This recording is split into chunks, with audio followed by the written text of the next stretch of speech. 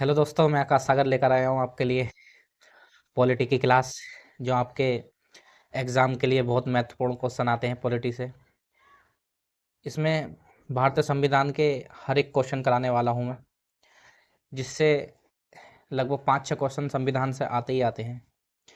और ये मैं क्वेश्चन PYQ लेवल के कराऊँगा, जो रेलवे, PCS, SI और जितने भी एग्ज़ाम में जिसमें पॉलिटी के क्वेश्चन या भारतीय संविधान के क्वेश्चन पूछे जाते हैं, ये क्लास उन बच्चों के लिए बहुत महत्वपूर्ण है। तो इस क्लास को मेरे चैनल कंपटीशन एग्ज़ाम पर लेते रहें और इन क्वेश्चन को करते रहें, जिससे आपकी तैयारी और मजबूत होए। तो चलिए स्टार्ट करते हैं। निम्नलिखित में से किस अधिनियम में कलकत्ता में सर्वोच्च न्यायालय की स्थापना का प्रावधान किया गया था? यह प्रावधान रेगुलेटिंग एक्ट 1973 के तहत किया गया था। निम्नलिखित में से किस अधिनियम के अंतर्गत भारतीय विधान परिषद को बजट पर बहस करने की शक्ति प्राप्त थी? तो ये शक्ति भारतीय परिषद अधिनियम 1982 के तहत प्राप्त थी। ब्रिटिश भारत में सांप्रदायिक प्रतिनिधित्व की व्यवस्था निम्नलिखित में से किस अधिनियम द्वारा की गई थी?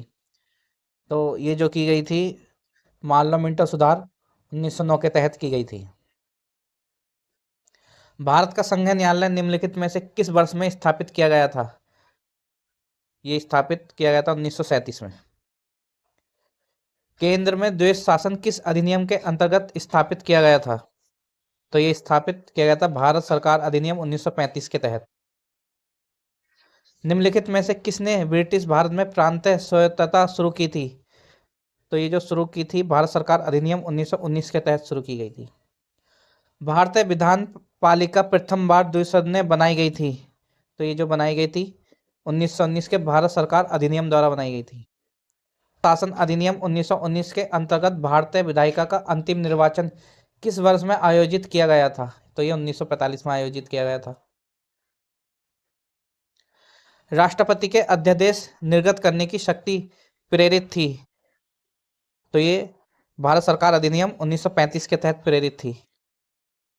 निम्नलिखित में से किस अधिनियम द्वारा संवैधानिक निरंकुशता का सिद्धांत प्रवत्त किया गया था?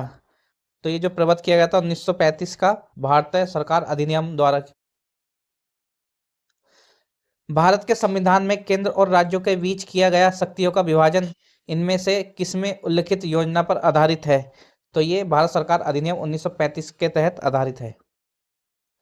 एक संघीय व्यवस्था और केंद्र में द्वैध शासन भारत में लागू किया गया था।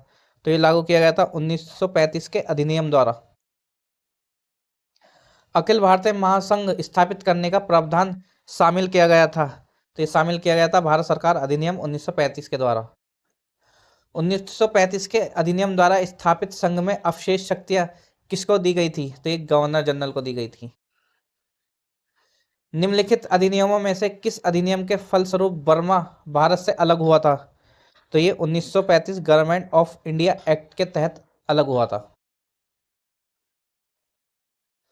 भारत के लिए संविधान की रचना हेतु संविधान सभा का विचार निम्नलिखित में से सर्वप्रथम किसने प्रस्तुत किया था? तो ये स्वराज पार्टी ने 1934 में प्रस्तुत किया था। स्वतंत्रता के पूर्व के दिनों में प्रारंभ में किसने संविधान निर्मात्री सभा का विचार प्रस्तुत किया था? तो ये विचार प्रस्तुत किया था MN रॉय ने। एक निर्वाचित संविधान सभा द्वारा भारत के संविधान का निर्माण करने का प्रस्ताव किया गया था। तो ये जो प्रस्ताव किया गया था, ये क्रिप्स मिशन द्वारा किया गया था।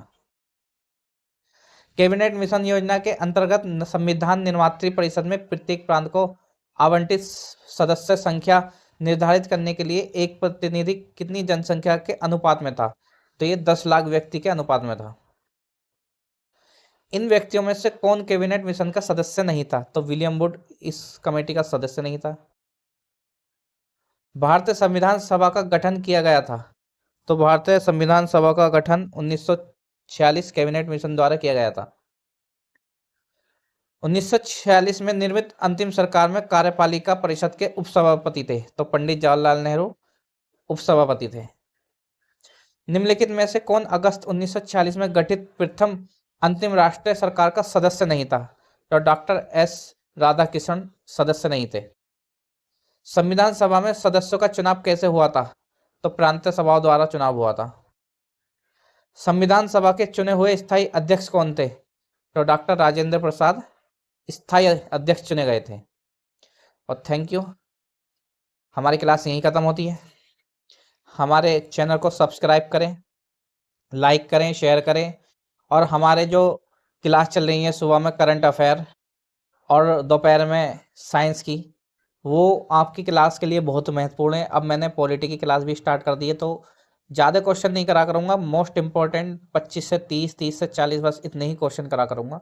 तो आप जो है इन क्वेश्चनों को याद कर लें जो एग्ज़ाम में आने ही आने हैं। तो थैंक यू। हमारे चैनल को बस आप सब्सक्राइब जरूर कर लेना।